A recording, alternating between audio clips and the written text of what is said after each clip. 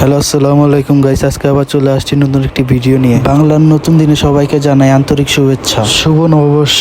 আজকে আমরা চলে আসছি ধামরাই উপজেলা পরিষদের বৈশাখী মেলায়।